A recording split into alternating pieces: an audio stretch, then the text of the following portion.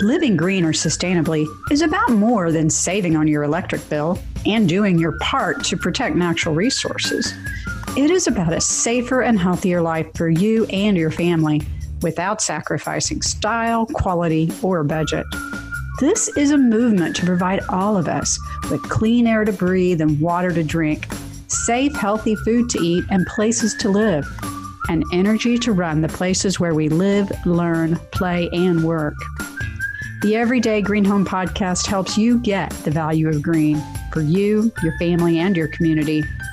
Whether it's green homes, green living, or the people who make it happen, join me, Marla Esser Close, to learn how green and sustainability practices and products work for you and our world.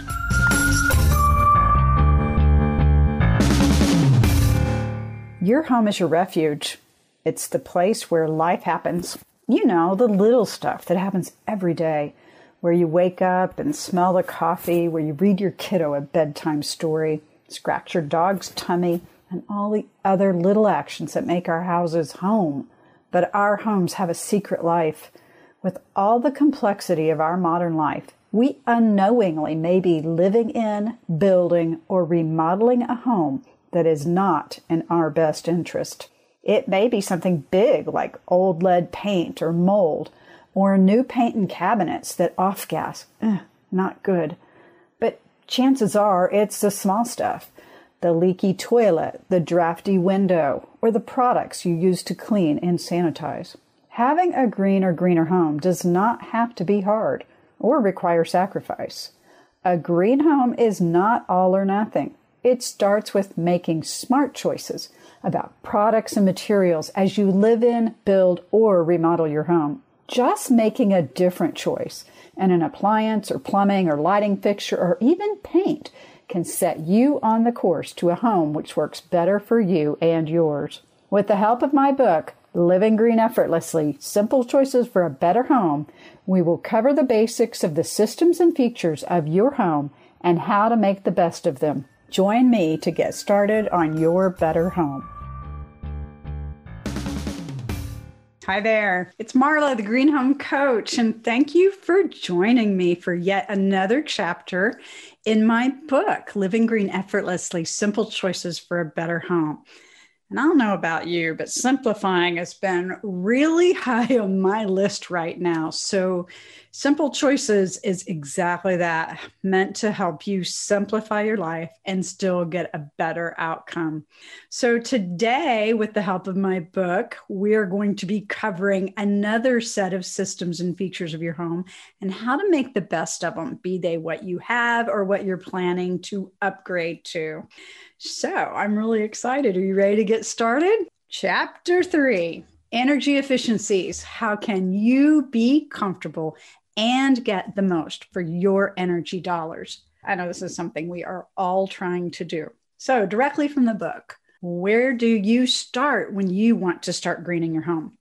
Looking out the windows, walking around the outside. What is your focus? I think you must start with that thing that is affecting your own comfort right now. For example, you're cold. Some of the systems that come into play when you're cold are the building envelope, the heating and ventilation system, the windows, the window coverings, and even the ceiling fan. This chapter is about the systems that make up your home and the resources to help you get the most out of these systems. We hope to open your eyes to a whole new way of thinking about your home, your house, your home, the structure, but where you live. Okay, I'm out of the book now. So I'm sitting here reading about me being cold, and I am the cobbler's child. I am freezing. I'm freezing all the time, even in the summer. So my office, which is my studio as well. So my office is on the north side of our home. We're going to talk a little bit more about why direction matters in your rooms and with your home. But mine is on the north side. I have pretty good light in here. I have actually quite a bit of natural light. There's a window over here. So I have to have lights all over the place to balance so you guys don't think I look weird. But I am the furthest run of duct for my heating and my cooled air from the unit. So it has to go the furthest away from the unit to get to my room. So I don't think I get enough. So sometimes I have to supplement with my shawl or sometimes even a little heater, which I really don't like to do. But we do have to do what we have to do. So I'm kind of taking this into account while I'm reading through this chapter because there's some things I'm going to do too. So remember, I'm doing a lot of this right along with you. So anywho, on to the next topic, which is windows, which you can't see the window here, but windows are such an important part of our homes. They give us light, they give us views, they give us warmth and ventilation if we open them. They also put a big hole right in the middle of your walls, your well-insulated, well-sealed walls that help keep the outside out and the inside in. So how do you figure it out? Because we really need both. So if the sun is already shining on your house, your home, use it for heat and light wherever you can. That's passive solar heating. And this is where the direction your home faces really comes into mind. This is something called orientation.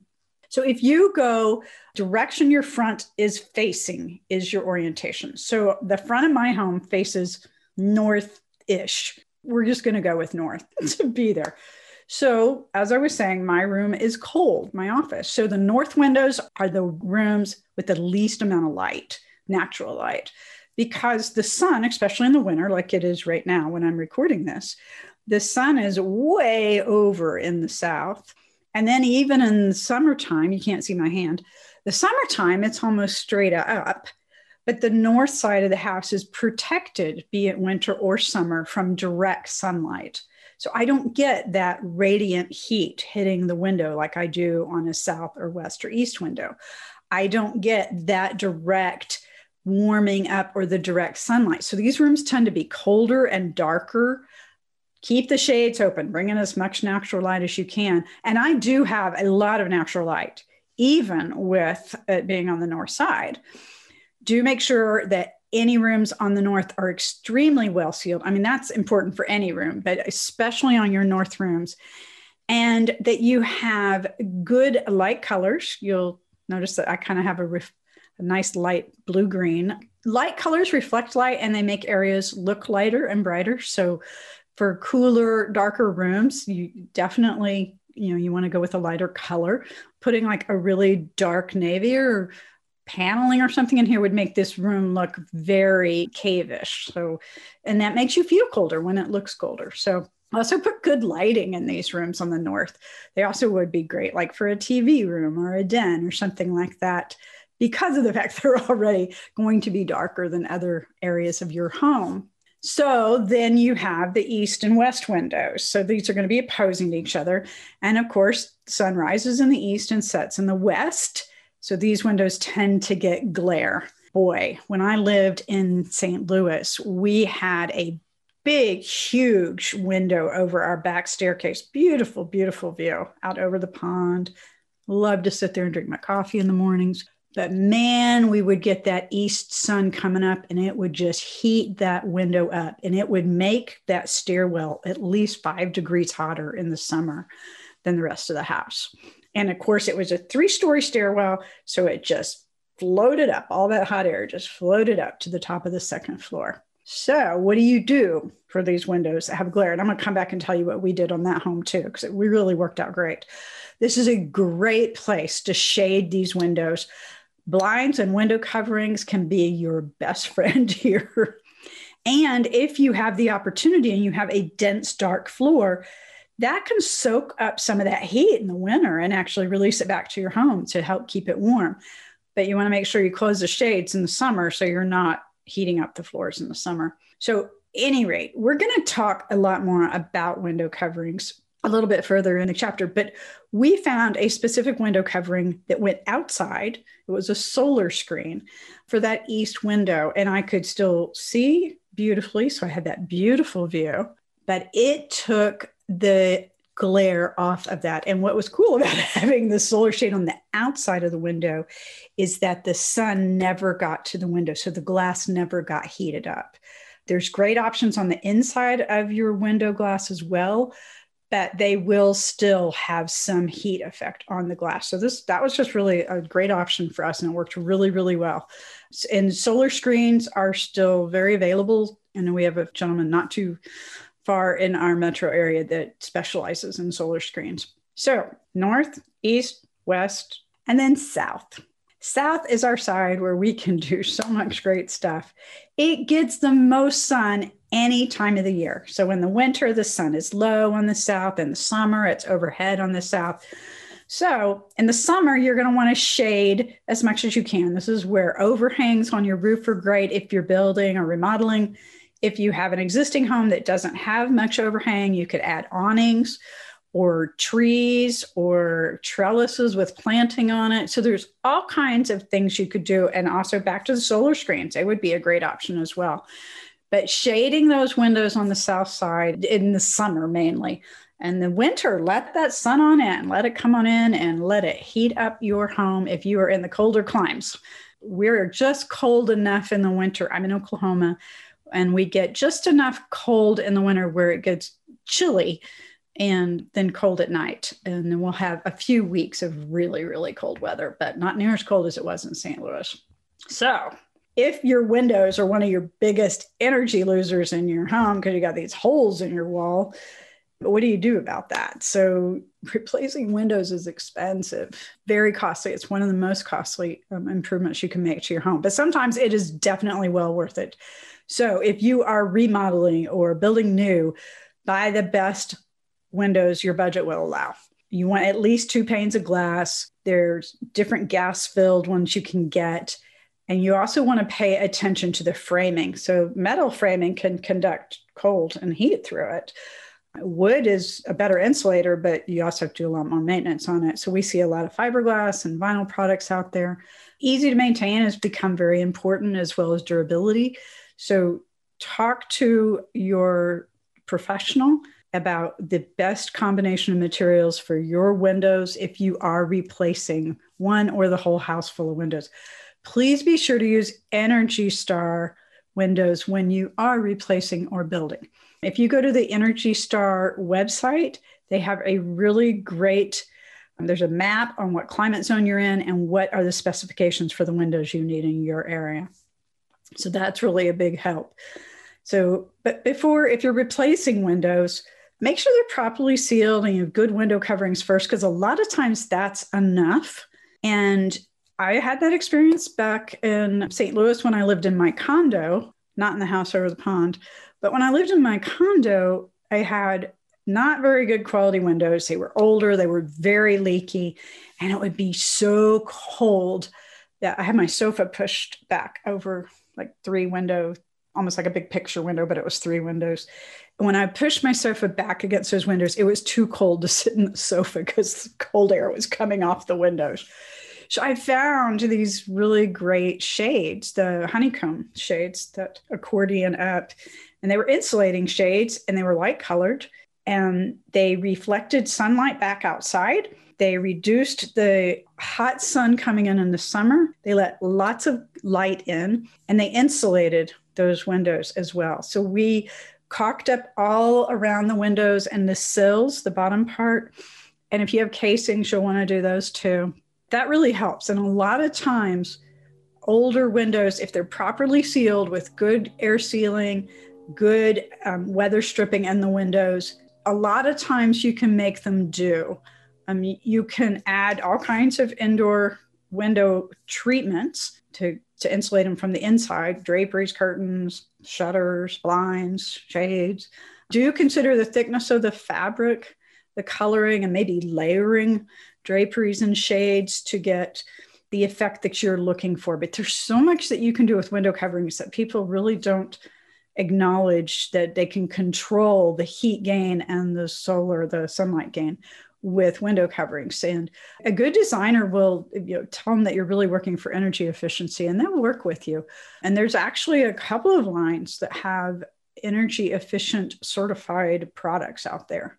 So you can do quite a bit. What else? Oh, so these shades that I had were really great, but it got so cold one year.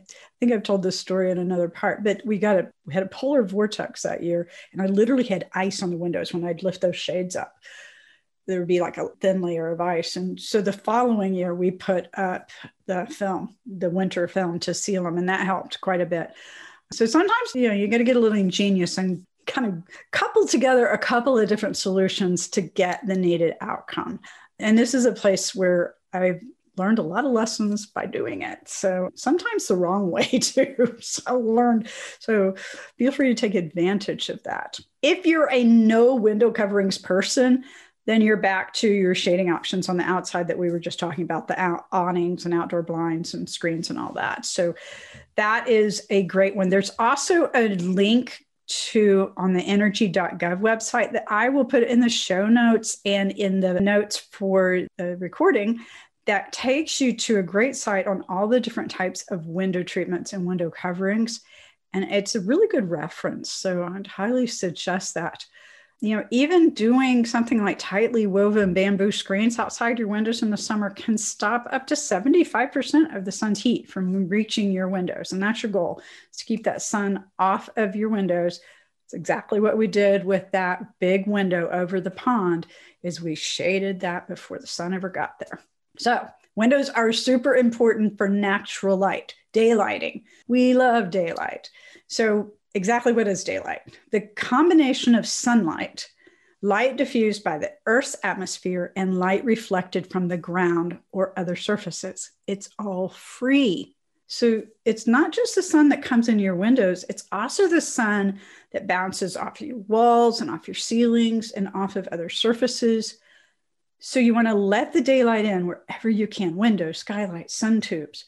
Like we said, white paint, light surfaces help to extend that light, to get it deeper into a room and help to kind of magnify it. So that's a good option. The other thing is, the higher the light is, the deeper into the room it'll go. So if you have really tall windows that are up off the screen, those will tend to go much deeper into your room to light it up. So you'll see something called clear story windows that are really up high, like transom windows.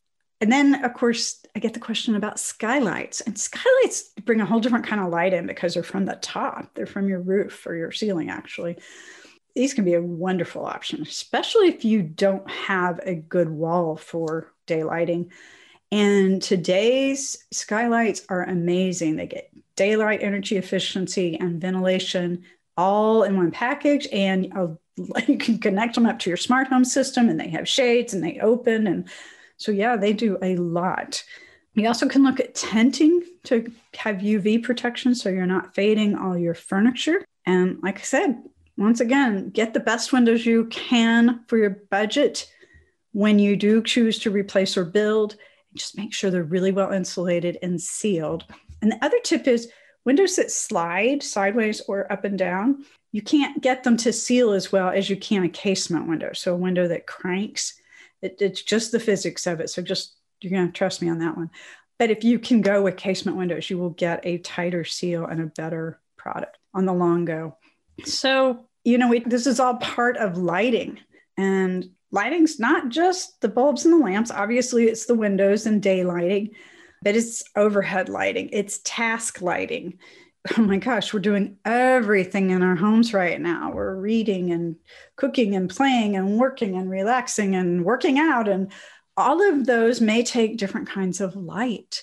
So, adjust those lights to do that. And I love layering and decorating with lighting, if you will. So they can really add that decorative, that mood boosting to our homes. And like the first thing I do in the morning, because it's still dark when I get up, because the sun's not rising until like 7:30 or 7:40, and I'm up way before the sun. So my favorite thing to do is to come in. I turn on just the lights underneath my cabinets, and then I have a reading light, and then I have one other light near the kitchen, and just lamps. I like to not have it too bright yet. And then some mornings I'll turn the fireplace on and have my coffee, but it's kind of that lower light. And then as I get more awake, I turn on more lights, or hopefully the sun's coming up and it's not a gray day. So you have that capability to decorate and to design with light, and combining your natural light and your day lighting is the best way to do that and let them work with each other. And a lot of commercial buildings will even have special sensors that will adjust the electric lighting according to the day lighting. So there's some pretty cool things out there. So you've got lighting, you've got, one thing we didn't mention with lighting, LEDs. So I do not have my light bulb examples here. I should have grabbed them.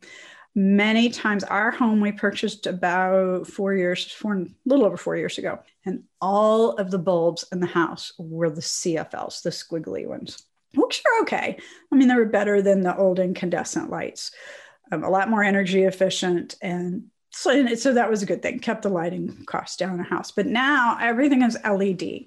And LEDs are basically an electronic component, almost like a little appliance that plugs into your lights.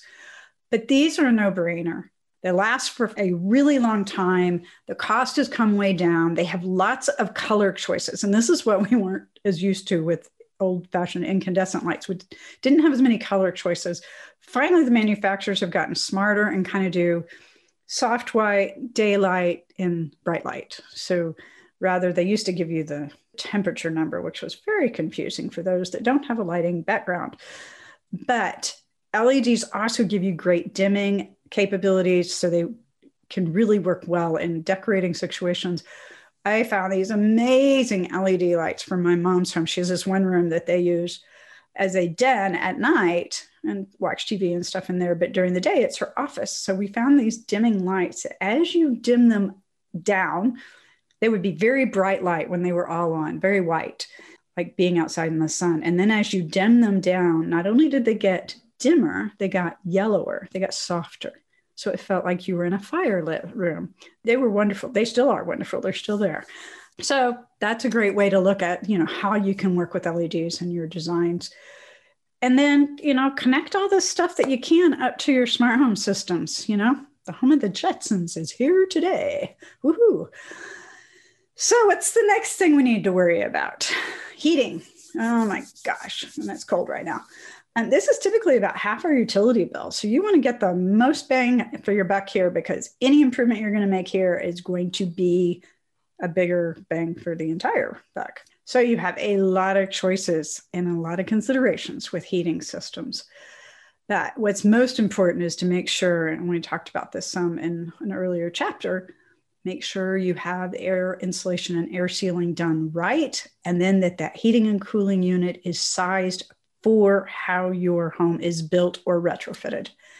This is super important. And then you don't want to go changing the heating and cooling system without sizing it again and being mindful of those changes. And I made this mistake in a big way before I got into the whole home industry. Many, many years ago, we finished a basement in a house. And the gentleman we were working with was a one-man show. He did a good job, but he punched holes into our ducts instead of running new ducts. And that messed up the balance of our heating and cooling system, which we never did get completely right again. So, consult with a professional first, pretty please. And then the air conditioning side of your unit. Most of us have a unit that does both. Central forced air systems are the most common systems seen in much of the United States. But you think about it, air conditioning is a wondrous invention. Much of the South probably wouldn't be so populated if we didn't have it. But you can reduce your energy demands with ceiling fans or your window coverings. You can reduce things that heat up the house, like I don't bake in the summer. Matter of fact, I try not to cook. I let my husband do it. No, but we grill a lot and we use the crock pot a lot or the Instapot. But I did want to read you something about air conditioning, because this was just, and funny enough, this kind of came up today. So I just like this reference to how important air conditioning has become to our life. Picture yourself in 1904 when the World's Fair was held in St. Louis. It's a typical St. Louis summer, hot and muggy. You can imagine sitting on your big front porch with a big tall glass of iced tea, courtesy of the ice just delivered from the local iceman.